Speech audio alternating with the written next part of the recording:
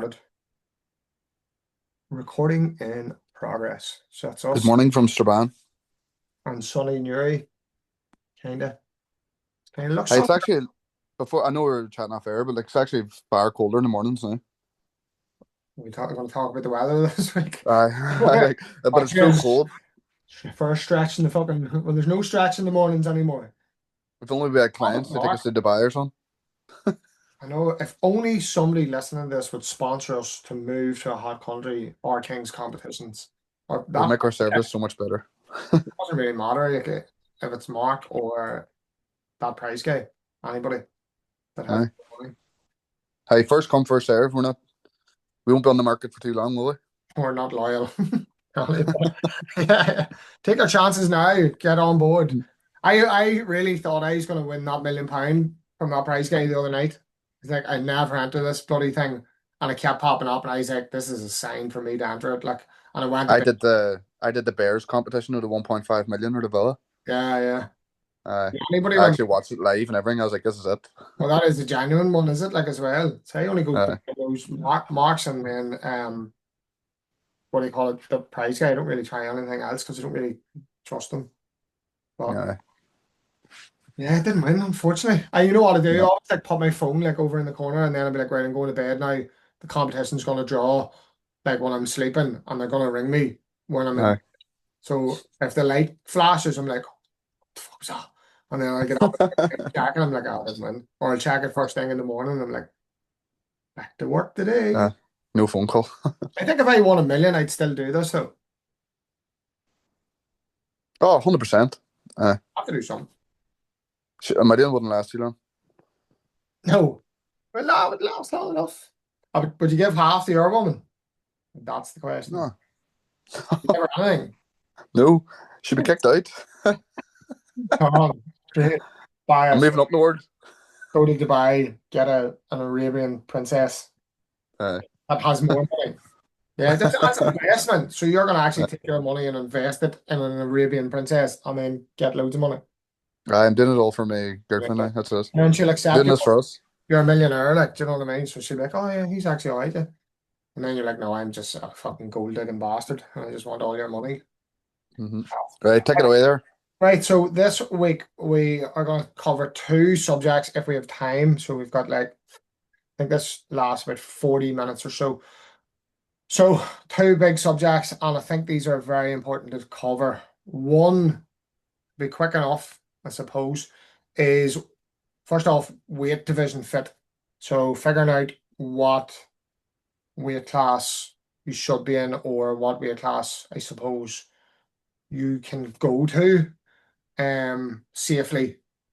That's the number one thing. Like, a lot of people will be like, yeah, I'm gonna go to featherweight or I'm gonna go to bantamweight, and they've never went it before, or maybe in Thai they're like, I'm fighting it super lightweight, I'm gonna go to lightweight, or I'm gonna go even lower. They're like, well, Being personally attacked here.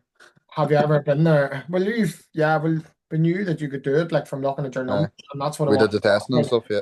exactly. So, like, some people will just do it and they'll wing it and they'll try the diet and they'll try and push themselves to get down, and they don't really even know if that's even the right weight class for them.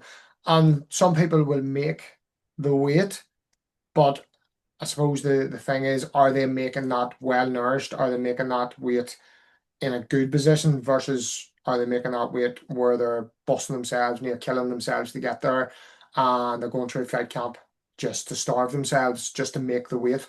So I suppose finding the right weight division, there's a couple of things that you want to look up.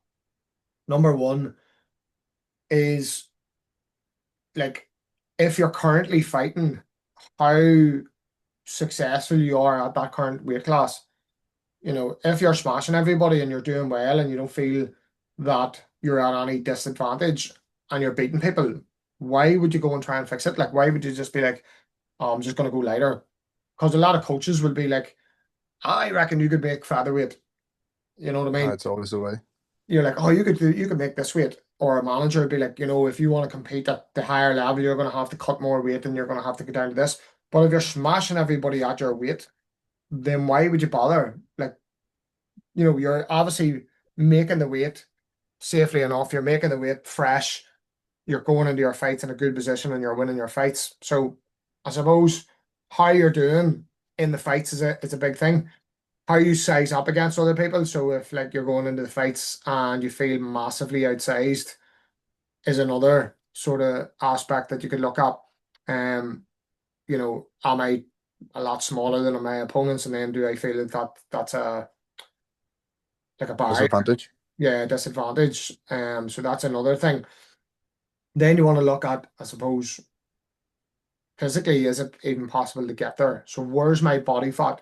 Like, what am I doing actually to make weight at the minute? Like, am I easily making weight? Like, I'm not really cutting that much. I'm maybe cutting, on fight week, say for an MMA fight or a Thai fight day before, or boxing even. Well, boxing's a wee bit different, but say for an MMA fight or a Thai fight, am I cutting maybe 3% of my body weight, 4% of my body weight? Are you at the lower end of the range for your acute cut, and you're making that weight really easily, and you're making that weight well nourished, well fed? And there's maybe a case to be made, well, maybe I can push the limits a wee bit more here if it's worthwhile and go to a lighter weight class. Or am I busting myself already? If somebody's going to me, I'm killing myself here to make lightweight, but my coach told me I could make featherweight. Like, you're already killing yourself to make lightweight. Yes, you might have that extra body fat and stuff in there to take off, but you're already killing yourself to get there. So then why would you put yourself under extra strain just to go lower?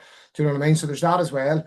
Then there's looking at the numbers, like percentage wise. So for a same day weigh-in, you want to be between that 3 and 5%. For a day before, again, depend on the person, depend on the format, but like maybe a female 6%, males anywhere between 6, 8, 10, potentially higher as well, depending on how they cut. So what percentage of above your weight class can you actually get to and still be well nourished, still be well fed, and not kill yourself to get there, and not have to starve yourself to get there? So that's what you need to look at as well. And then I suppose percentage body fat, like what percentage body fat can you comfortably get to a week out from your fight to get to that 6, 8, 10, 12% above your weight Yeah. class? Do you know what I mean? So like if I'm coming in and I want to fight at 8%, or want to fight at say 70.3 or whatever, and I'm 8% above my weight class on fight week, that's a handy enough acute cut. I can go there well nourished, well fed, make the 8% handy enough. But then I look at my body fat and I'm walking about 15, 16% body fat. But then there's a case to be made, well, you could actually diet down in body fat a wee bit lower. You're already well nourished, you're making the weight handy enough. Diet down your body fat and then maybe push the featherweight if you feel that's going to be an advantage for you. So there's a lot to look at. It's not I think like their current diet at that time is really important as well. Like, I know I chat about personal experiences a lot, but I noticed when I knew I was going to go to featherweight when I turned professional that my normal weight had to be lower. So I fought lightweight at amateur.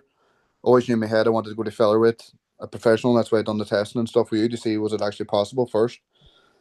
But then after that, like, because I knew it was happening and I was taking a few months off day train for the pro debut, that my diet had to be much better. Like, I would have got away with more lightweight, and lightweight would still sometimes, like, I've had some good cuts and some bad cuts at lightweight. And like, I felt when I had my general diet outside of fight camp, which was a lot lower, I found my lower weight and my maintenance calories and stuff were actually able to get higher and stuff because my diet was better all around yeah. outside of fight camp. So again, like, if like your diet outside of fight camp, that's where it becomes, I think, hugely important, because if you're fucking around with your diet and you're like giving it 50, 60%, for example, and like you're eating crap sometimes and stuff as well. Like, I think if you can really diet in your diet and really focus on it outside of fight camp, you give yourself a better chance of being able to make that lower weight class and stuff then. Yeah, but like you're going to bring One your that, like, sorry, one I don't mind. Like, I don't mind people cutting or going to a lower weight class, because obviously some people at amateur, they want to get as much fights too as possible. So when then they're going to professional, like, it is most common that you see people obviously drop a lower weight class in because they're going up a higher level. yeah. Yeah, but I think even the diet outside of fight camp, then that dictates your body fat levels, where you're gonna hold, like your weight that you're gonna be putting on from a poor diet is generally body fat and obviously water retention from the higher processed foods and stuff. So once you clean up your diet, yes, you can obviously see that drop as well. But your body fat percentage, like if you were say looking to see, right, well, I want to fight at, again, say if it talks like 70 kilos, and I want to come in probably 8% above. I need to calculate that's at about like 76 or something, in around a 75.9 or something of a cut on fight week. Like, what percentage of body fat am I sitting at that? You know what I mean? For a meal, you're probably talking like a week out from the fight. No, turn that off. You're talking a week out from the fight. WhatsApp open there. You're a week out from the fight.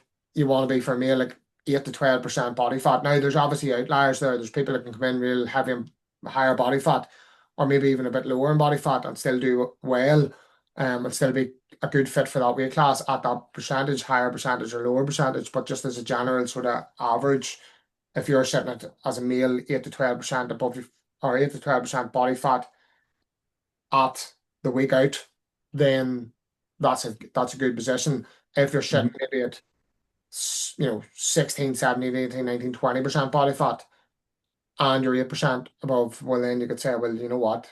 You could actually say you're 20% body fat. You could diet down another 10% of your body fat and make a lighter weight class. So I think your body fat comes into play. For females, then you're looking about 15 to 22% is kind of like a good average body fat percentage, where you're not going to start running into too many issues. The lower you go, the more issues that you're going to get in terms of hunger and recovery, and just even energy availability, hormonal issues, different things like that. So if you're keeping like a sensible body fat percentage outside of camp, and then you diet down to that range, 8 to 12 for a male, 15 to 22 for a female, like that shows that you're a good fit for that class. But if you're having to go too lean, then you might think about moving up, or if you're too high, then you might think about moving down. Do you know what I mean? So there's a Something I don't focus on hugely enough maybe with clients. I always say to them here, look, like basically, unless there's something that pops up really like in their general diet when they sign up, I say don't be worrying about body fat percentage at the minute unless they're really close to a fight. But like it's always definitely good to get checked. Like with the time I got checked with yourself, like I didn't expect my body fat percentage to be that high at the time because I felt like I was in decent shape and stuff. And like my body fat percentage was like 18% or something like that, and I was like, oh, actually, I have more to give. It's definitely something worth checking up on, so you can plan in well, this advance is then for why your cut that you have that I to give. like it, because it gives you a better idea of what's in there and what can come out. Instead of, that's where I get back to what I said at the start, where people will just be like, I'm gonna go to this lower weight class. You're like, right, where's the weight coming from?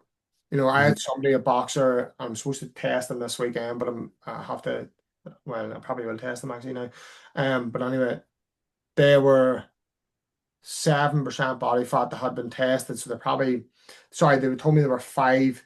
So they're probably 7 or 8, just given like the margin of error with the equipment that they were using. And they had 9% to cut, in terms of like they were 9% above their weight class. They had 2 weeks to make it, and they were about 7% of body fat, 78% body fat. And they had a week of dieting and then a week of the acute cut. So that, and it's the same day weigh in with about an hour or two before the weigh in and the fight. So he's like, where's this weight gonna come from? And they're like, oh, can we not diet like really hard for a week and then just do the water stuff and all that? And he's like, well, you realistically would need to be sitting at, best case scenario, 5% above your weight class, or worst case scenario for that, a week out, and then do the acute cut. That means you need to lose 4% of your body weight in a week. Where are you losing that from? Because you don't have it in there because your body fat's already low. So it's very Get the important. chainsaw started. Huh? Get the chainsaw started. I know. I was like, I don't know what you want me to do here. Like, so he's like, I can't work with you. And we're not just doing something. And I was like, no, I'm not doing anything for you, because it's pretty much impossible when you look at the numbers. So that's why having your numbers is very important as well in terms of body fat.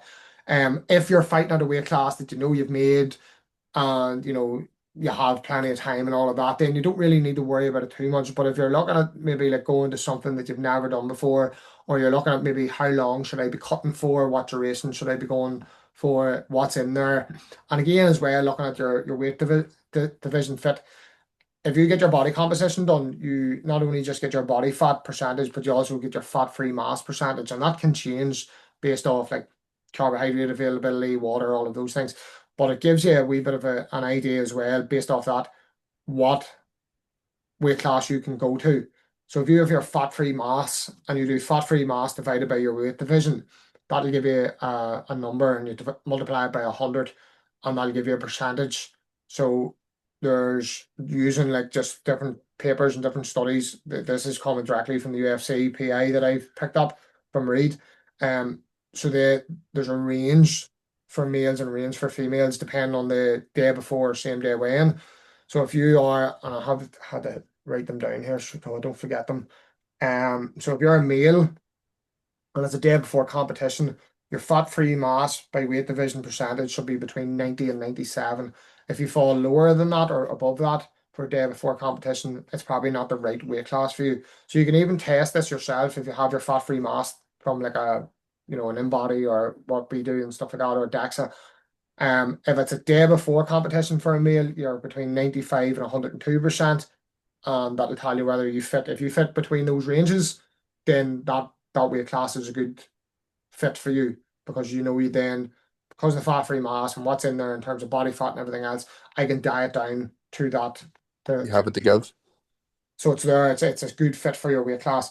If it's day off competition for a female, it's 80 to 90% fat-free mass per weight division, and then if it's day before competition for a female, it's 84 to 94. So for a male, it's 90 to 97 for day off. For a female, or for a day before, it's 95 to 102. And for a female, it's 80 to 90 for day off and 84 to 94 for a day before. And what you do is you just basically say you got your body fat tested and you've your fat-free mass. You say, right, I'm 60 kilos fat-free mass. I'm going to be fighting at 61 kilos or 61.3, I think it is. So you do 60 divided by 61.3. My calculator's shit. That doesn't work. 60 divided by, I need the phone.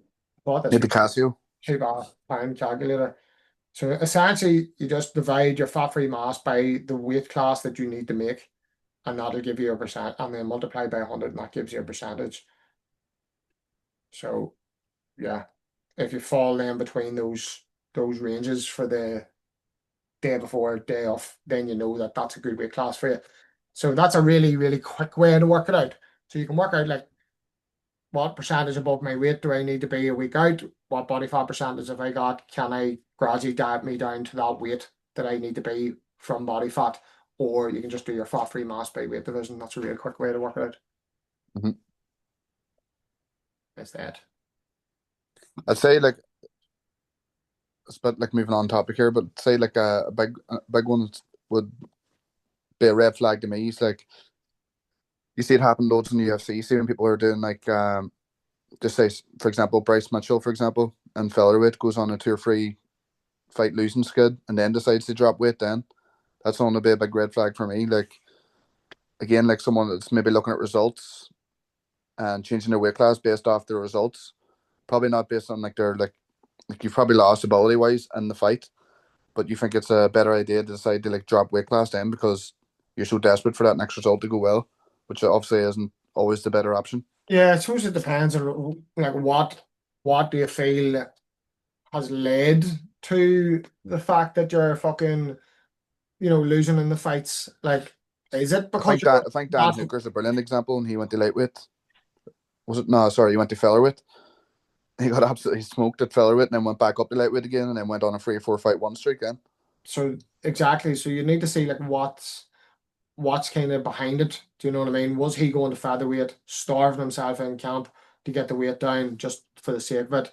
If you think about it, if you're under eating, and this will lead into the next topic I wanted to talk about, like in terms of duration of fight camp, like if you're massively under eating in your fight camp, you're doing all this training for you to get the benefit from your training. You need to, so your training is essentially you breaking your body down, and then when you're resting, your body's fixing back up again. So you're adapting to the training stimulus. if you don't have the energy in there and you don't have the nutrients and the macros and everything coming in, that stimulus that you've created through the training doesn't repair, or you don't get the adaptation as well as you would if you were doing that in a bit more of a better fed state. So the more cut, the more you focus on the diet, the more you focus on just trying to make weight and not being the sole goal of your fight camp, the less you adapt to the training that you're doing and the less better you become. The Yeah. more issues you have with recovery, the more issues you have with performance, all of those things.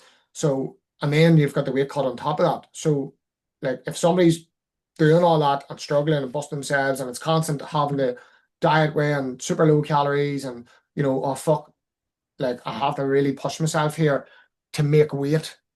Well, then that's maybe the wrong weight class for them. If they're doing what they're supposed to be doing outside of camp. Do you know what I mean? If I'm a fat cunt and I do my fight camp and then I don't give a shit and I just go way off and peg out and now I have to starve myself to get all this weight again and I'm like, oh, I'm getting smashed in these fights because I'm spending so much time cutting weight. I'll just move up a weight class. Like that's stupid. I would just say to himself, well, stop being a fat fucker outside of fights. Actually be a professional and start focusing on my diet, gradually bring my weight down, diet and higher calories. That weight class that I'm fighting at might be a perfect fit for me. It's my Yeah. approach that's wrong. Uh-huh. But if your approach, you're taking a long time, but you have to get super lean and you have to really like to make the weight, you have to really struggle long term and all the time. Well, then that's a different story. Then move up in weight. Do you know what I mean? Does that make sense? Like it's I've seen people from Strabane at a professional level. Their fight camps been based in a weights gym with treadmills and bikes and stuff, and very little time in a actual gym for the fight. yeah, Um, just trying to especially get it all. it's just mental. Again, like obviously people might struggle. Like I hate using this word. Like people might struggle with motivation and stuff, and they really get in the gear outside of fight camp because they don't have that thing to look forward to. Um, Again, I don't like saying that because if you want to fight, like outside of fight camp, still a hugely important part of the fight. Like you don't just fight for 3 months at a time, take 3 months off, and then go back and do another 3 month camp and Yeah, stay to the gym and go drinking and stuff. Like it is an all year round thing. Even though it does become much harder outside of fight camp when you don't have that thing to look forward to. Like even myself at the minute, like on the sidelines and stuff at the minute, like the motivation become hard, but you have to just get in that mindset that you're probably going to be fighting 3 months down the line, exactly. and you can always be improving. You can always be working on your maintenance calories. You can also be working on your body composition. You can be working on your performance in the gym. There's so much things that you can still work towards without a direct fight coming up. I think a lot of that it boils down to is like understanding like the benefits of it and monitoring and weighing yourself regularly and all of those things and all the habits and all the stuff that we try and instill in people. But even at that, you're still going to get people that just don't give a shit and they just like peg away out and they just feel that that's part and parcel of the game is to like diet like fuck for a fight, make weight, have a fight, peg out for a while, lose interest in the diet, lose interest in training, take another fight, get back at it, and that's just a lot of the culture as well around fighting. But like the people that'll be the standouts and the people that'll actually go for, are the people that do put the effort in inside and outside. It's the You one. add longevity to their fight career as well. Like Oh, 100%. people probably get easily influenced by like Paddy Pundit, for example, who just absolutely pigs out outside the camp. But like you listen to him talk as well, he agrees that how bad it is in his body and how harder weight cuts become. But imagine how good he would be if he did what he's supposed to do outside. Do you Yeah, know what I exactly. mean? Like, are the people that are like outliers like George St. Pierre, all of those types of people that are like fucking seen as like, these people that are unbelievable and like, real like top tier, the people that put all the effort in are the top tier, because they're just top tier fighters and then they put all this effort in, or they become top tier fighters because they put the effort in. Do you know what I mean? Does that make You sense? Like, just have to look at the Russians. Like I'm not telling people to go Muslim or anything like this, but like their lifestyle is basically perfect for fighting. Like they eat yeah, so well, they don't drink alcohol, they don't go out, they train 3 times a day. Like it's the recipe's there. Like there's no like secret sauce in a sense. Like if you really focus on your diet and train hard, like you're not gonna be too far away.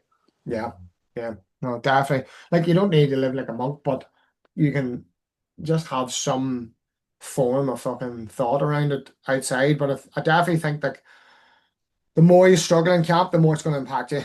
And the more it impacts you, then, people then start to look for maybe, oh, I'm going to just change weight class here, almost as an excuse to go and eat more shit.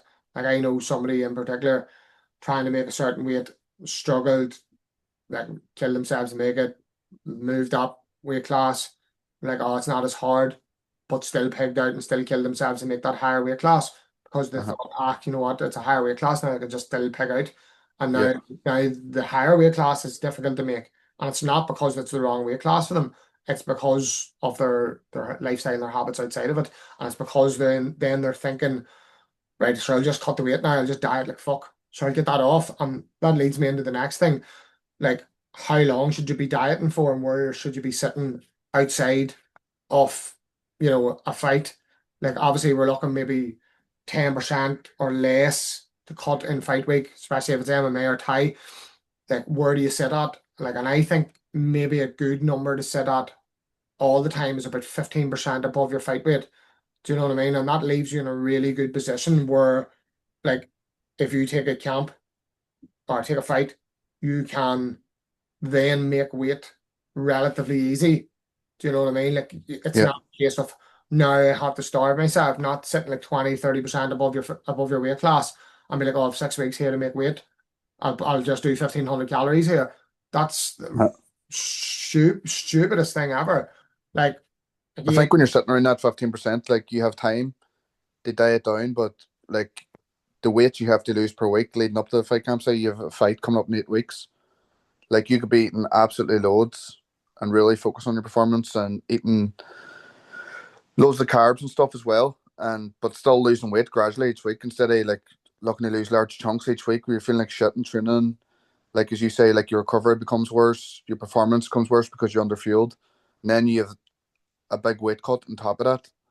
Like whereas you take it, say 8 weeks out, for example, and you're at about that 15% mark, like you know that you're really close to the weight, you can really start focusing on performance and just be like a more gradual fat loss diet leading up to the cut and it makes the cut much smoother then because obviously when you're eating more carbs, you're eating much more higher calories. It's much more easier to give it away then on fight week. yeah, exactly. It all leads in together. Like, and I think like if somebody's sitting like 15% above, realistically, you should be looking to lose like between 0.5 to 1% of your body weight per week in a diet where you're not going to run into any issues, where you're going to have enough fuel for adaptation, enough fuel for training, enough fuel for immune system recovery, injury prevention, all of those things. And obviously then enough food in there so then you can do the weight cut properly. So like aiming for anything above that 1%, maybe 1.5%. But there's people that come in and they're um like 86 kilos and of 6 weeks to make 70. Do you know what I mean? And you're like, right, No, now you need to say we're gonna maybe get you to just work out numbers like maybe 10% above your weight class. So you're 80, 70. 77. Um, 86. So you have like what, 10 kilos to lose in 6 weeks? Do you know what I mean? So you have like 1.6 kilos to lose a week, which is the guts of 2% of your body weight a week in around that. Right. Do you know what I mean? Like that's more than doubling what you should be doing. You'll Just, be depressed. do you know what I mean? So then you're starting to go, oh fuck, now I need to really, really diet. And then people are like, I know the weight will come off. So once you get going, the weight drops off. And I know I'll make it. But it's not about making it. Do you know what I Yeah. mean? It's not like you wouldn't go in training and then just be like, I'm not bothered doing any rounds there, sure. I know how to throw a dig here, or I know Yeah. I'm not even bothered working on these escapes, sure. I know how to do it. I've done it before, so I know I'll be able to do it when I get there. You know what I mean? That's what people think with, I know I'll be able to make the weight, I'll just cut the weight. Like that's the same sort of mentality as it would be if you went into training and were like, there's no point in training, so I know I'll be able to do I know I can fight, I'll just go and fight and I'm not bothered. Right. Do you know what I mean? It's like, why would you do that? You wouldn't do that with training. Why would you do it with your diet, where your diet's going to impact how you're going to show up in the fight? So like Welcome back to early 2000s. that's it. Do you know what I mean? Like it's Those mad. old school guys. Yeah, it's madness. Like so. Yeah. If you're looking to cut like realistically, you should be looking at the duration of your fight camp should take into account your percentage. How much can I safely lose per week?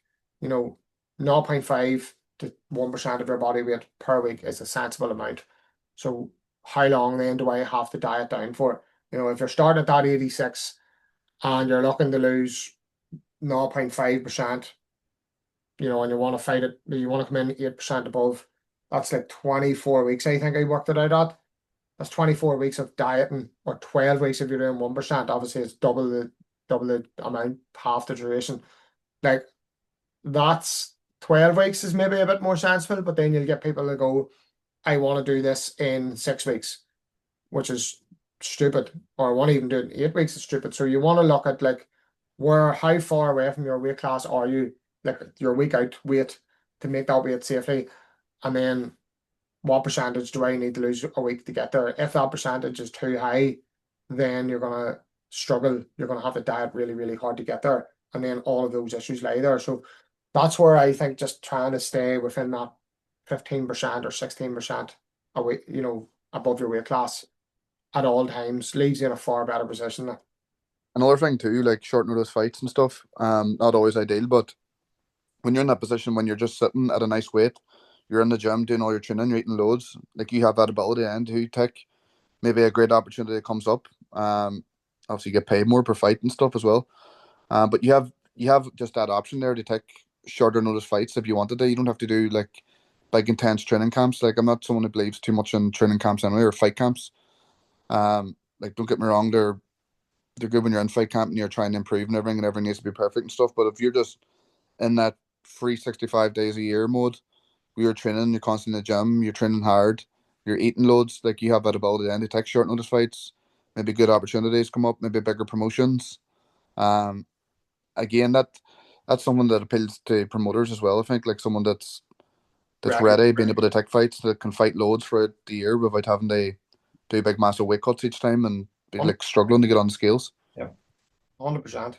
And I think as well, like what people don't realize is if you get to that 15% above your weight class, it's not a case of like you have to starve yourself all the time. Like you can build that up where you can actually hold that weight on massively high calories and you can have all that shit, not all of it, but within reason, you can eat Uh-huh. all the stuff that, you know, that you're binging on when you're out of camp.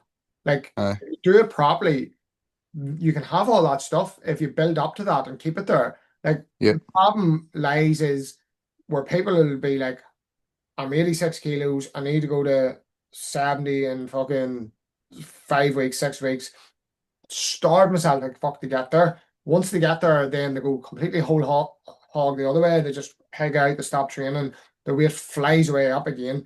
And then there's no like in between. It's like either full on to get it down or full on putting it back on again. And then it's like, well, no, if I'll take it all off again. Whereas if you uh, were sensible, pull yourself down, got to that sensible weight, like 15% over, dialed it down gradually over the course of 5, 6 weeks from 15%, made weight, the pullback, like the rebound, isn't going to be anywhere near as much, and you can gradually build back up again, and then hold that weight on massively higher calories, and then have so much more room.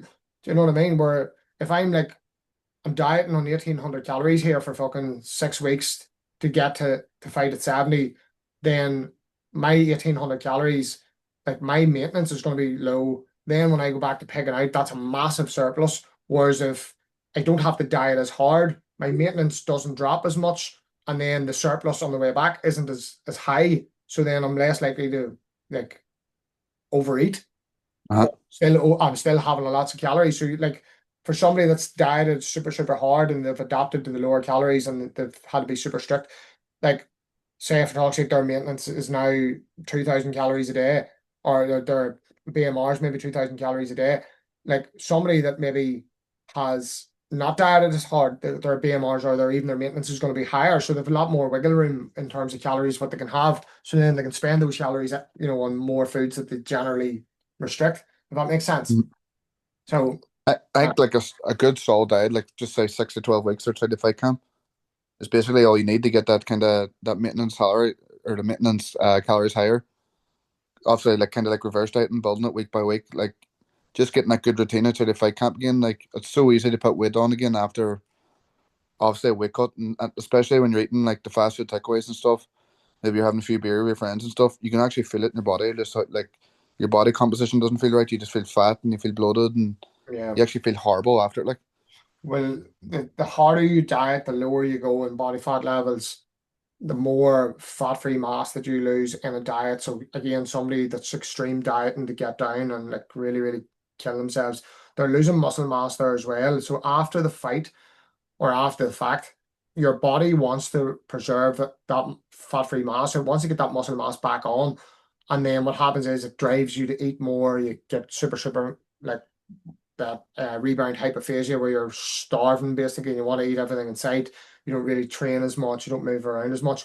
And then what happens is you end up, because the fat, it takes longer for the fat-free mass to go on and you're in a surplus, now your fat will overshoot. So you get yeah, basically what's called fat overshooting. And then you get fat partitioning. So basically what'll happen is it'll start storing it around your midsection. It'll like actually change where your body fat is stored. It'll change how your body reacts to the calories that it's getting in, and it'll overshoot in fat. So that's why, like after a fight camp, if you've dieted hard, you just get fat straight away. Like it's so much easier for your body to store fat, to gain fat after a hard strict diet. But if you didn't do that hard diet and then you started eating more, you're going to be more likely to actually put on muscle and less likely to just put on a little body fat as well. So not that your hormones won't want it as much then. Like yeah, I there's seen not it much. actually. I seen a good video on it a couple weeks ago on Instagram actually. Yeah, same as it's probably See, in terms of amateur fighters, would you probably like, in my opinion, they should probably be even lower than probably the 15%? body fat levels. Yeah, probably lower. Like if they're gonna, yeah, the weight wise, probably yeah, because you don't want them cutting as much in fight week. Like, you know, Like obviously CMAC there, they put up a good post about weight cutting and stuff a few weeks back and stuff. we're gonna run out of time. Um, A minute left. they have some always rushing last minute. No, Yeah, just basically saying that amateur fighters like should be less likely, especially like they talked about teens and kids and stuff as well.